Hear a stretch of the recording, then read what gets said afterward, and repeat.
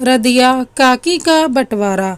गांव की वो अल्लड़ रदिया कब राधा काकी बन गई थी उसे शायद खुद भी पता नहीं था। उस चंचल हिरनी की तरह इधर उधर कूदने वाली रदिया का जीवन कभी किसी जंग से कम नहीं रहा। पैदा होने के कुछ महीने बाद ही उसकी माँ सांप के काटने से चल बसी थी। रिश्तेदारों के बार बार कहने से पिता ने दूसरी शादी कर ली। सौतेली माँ अगर बुरी नहीं थी तो अच्छी भी नहीं थी। माँ का प्यार क्या होता है यह शायद रदिया कभी समझ ही नहीं पाई थी। सौतेली माँ उसकी ज़रूरतें तो पूरी करती पर लाड़ और दुलार क्या होता है वह ना कभी उसने दर्शाया और ना ही कभी रदिया ने माँ के व्यवहार में महसूस किया। जीवन चलता जा रहा था और रदिया अब स्कूल जाने लायक हो चुकी थी। गांव के ही स्कूल में पढ़ते हुए अध्यापकों ने उसकी कुशाग्र बुद्धि का पता लगा लिया था और उसके पिता को भी इस बारे में जानकारी दे दी थी। कमल, तुम्हारी बच्ची पढ़ने में अच्छी है और तेज दिमाग वाली है। इसकी पढ़ाई लिखाई का पूरा ध्यान रखो। जीवन में आगे जरूर कुछ कर जाएगी। मास्टर जी के कहने पर बापू तो बहुत खुश हो गए थे, पर घर आकर जब उन्होंने यह बात माँ को बताई तो माँ का चेहरा निर्वाहकार ही रहा। समय बीता और माँ की झोली में एक एक करके 2 बेटे आ गए थे। बेटों की माँ होने का दम अब उसके चेहरे पर साफ झलकना शुरू हो गया था और इसी दम के नीचे आ गई थी मासूम रदिया और उसकी जंग शुरू हो गई थी। अब माँ उसे पढ़ाई से उठाकर छोटे छोटे काम भी करवाती, कभी छोटे भाइयों के नाम पर और कभी माँ के कहने पर रदिया की पढ़ाई पीछे छूटती जा रही थी। बापू कभी दुबे स्वर में माँ को कहते भी तो वह झट से उत्तर दे देती, अरे इसने कौन सा कलेक्टर नहीं बनना है, शादी ब्याह तो करना है, ज़्यादा सर पर चढ़ाओगे तो संभालनी मुश्किल हो जाएगी। और बापू चुप्पी लगा जाते। रदिया कभी समझ नहीं पाई कि माँ के आगे बापू का जोर क्यों नहीं चलता था। समय अपनी गति से चलता जा रहा था। रदिया जैसे तैसे अपनी पढ़ाई कर लेती और बड़े होते होते उसका रंग रूप निखरता गया। जो भी एक बार उसे देखता देखता ही रह जाता। बड़ी बड़ी गहरी आंखें किसी को भी आकर्षित कर सकती थी, पर यही रूप उसके लिए दुश्मन बन गया था और इसी रूप की वजह से जीवन से उसकी जंग में और बढ़ोतरी हो गई थी। गांव के मनचले उसका पीछा करते, उस पर गलत गलत बात कसते और रदिया उन्हें पलट कर जवाब दे देती। बहुत बार तो झगड़ा भी होते होते बचा। उड़ती उड़ती खबरें माँ के कानों तक भी पहुँच गई थीं। देखो जी, छोटी अब 17 बरस की हो चली है, इसका कोई रिश्ता देखकर ब्याह कर दो। कल को कोई ऊंच नीच हो गई तो सब कहेंगे सौतेली माँ थी इसलिए ध्यान नहीं दिया। माँ को बापू से यह सब कहते उसने सुन लिया था। मैं अभी ब्याह नहीं करूँगी, मुझे अभी और पढ़ना है। ना जाने कैसे हिम्मत कर वह उन दोनों के सामने आकर खड़ी हो गई थी।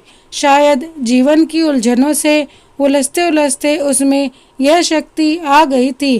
क्यों न करेगी शादी, कल को सब मुझे ही सब ताने देंगे। माँ ने अपना दाव खेल दिया था। नहीं बापू, मुझे और पढ़ाई करनी है। हाँ, कर लेना पढ़ाई अपने ससुराल जाकर, माँ ने 2 टूक जवाब दिया और बापू हर बार की तरह चुपचाप खड़े सब सुनते रहे।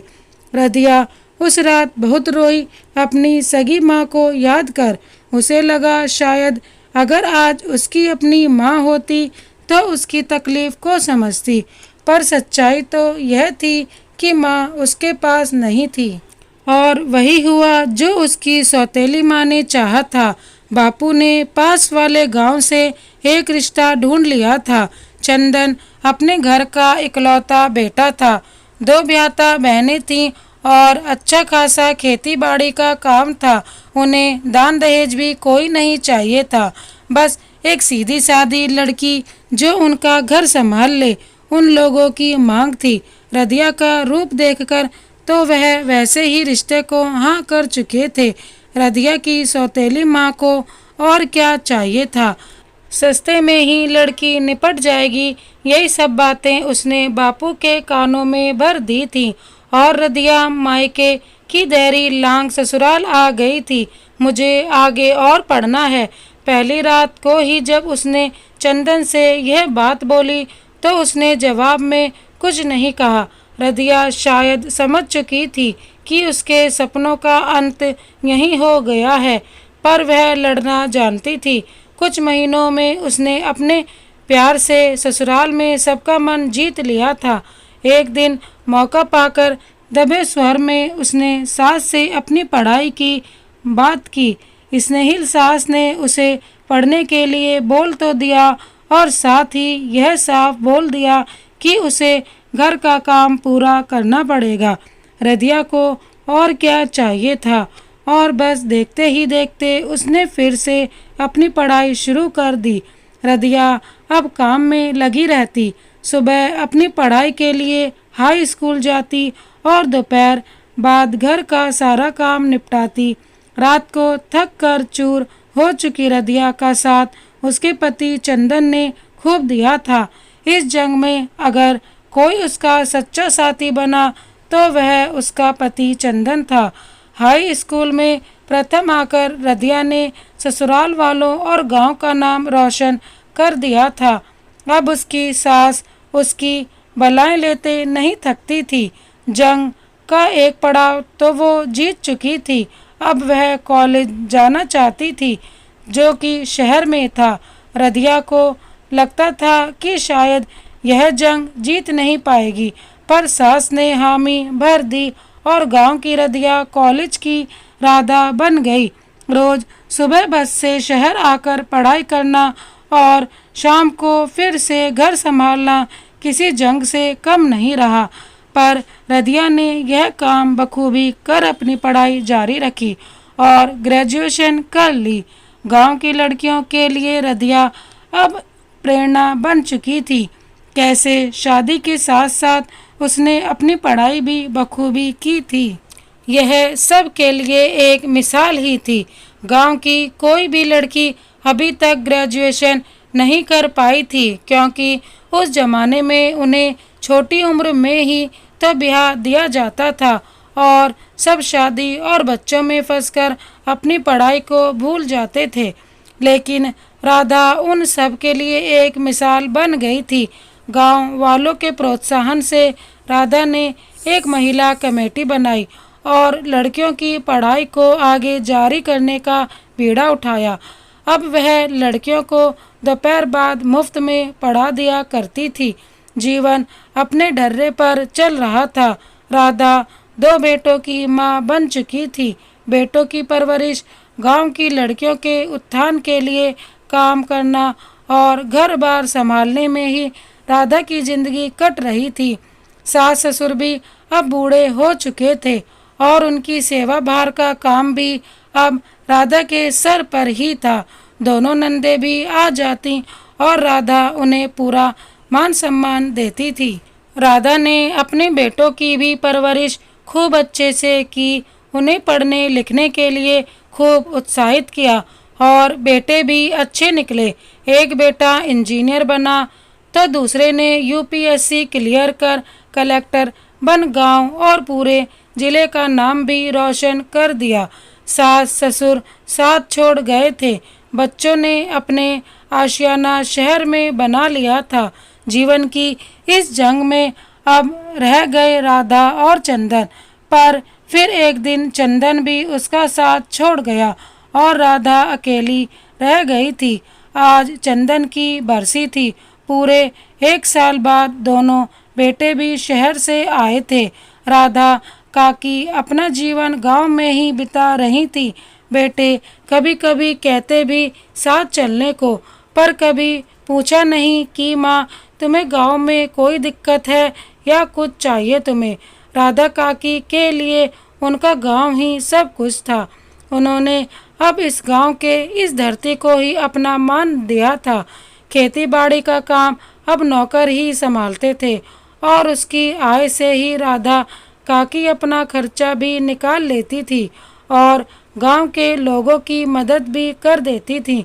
इस बार बेटे शायद कुछ सोच कर आए थे तो बोले, माँ क्यों ना इस गांव की जमीन जायदाद को बेच दिया जाए।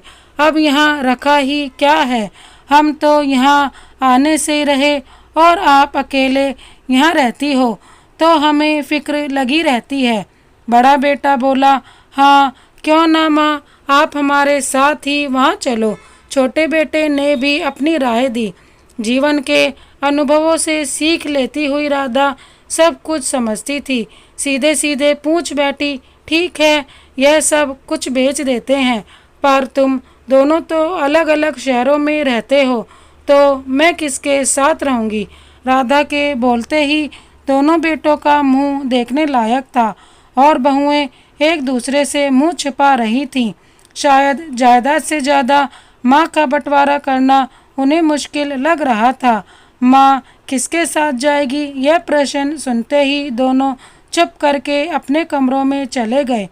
सुबह उठते ही बड़ा बेटा बोला, माँ आप बारी बारी से दोनों के साथ रह सकती हो, कुछ महीने मेरे पास और कुछ महीने छोटे के पास। आंखें चुराता हुआ बड़ा बेटा बोला, जब जायदाद का बंटवारा कर आधा आधा हिस्सा ले सकते हो तो क्या अब माँ का भी बंटवारा करोगे और उसे भी आधा आधा बांटोगे। एक बार कह कर तो देखते कि माँ तुम मेरे साथ ही रहोगी। राधा के कहने पर दोनों बेटों के पास कोई जवाब नहीं था। शाम तक गांव के आसपास के लोग राधा काकी के पास बैठे हुए थे। ये वही लोग थे जो उसका दिन भर हमेशा ध्यान रखते थे।